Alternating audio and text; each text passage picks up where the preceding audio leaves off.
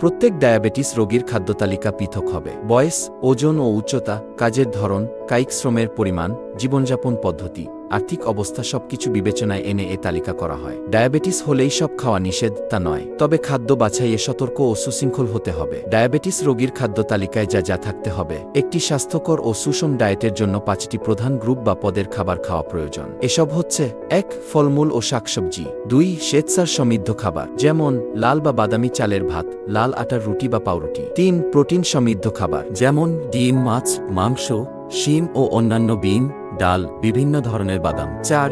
দুধ ও দুগ্ধজাত খাবার, যেমন দই, ছানা ও পনির। 5. বিভিন্ন ধরনের তেল, মাখন, ঘি।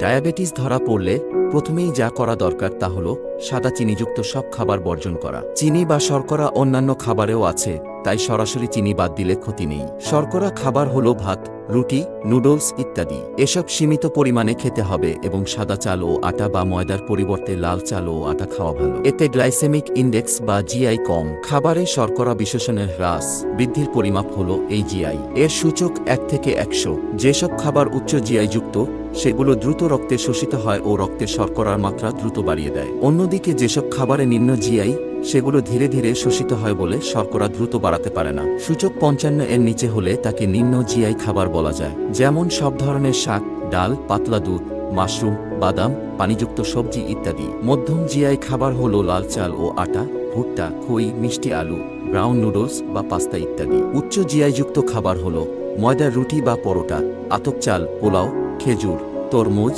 কচুরমুখী ইত্যাদি।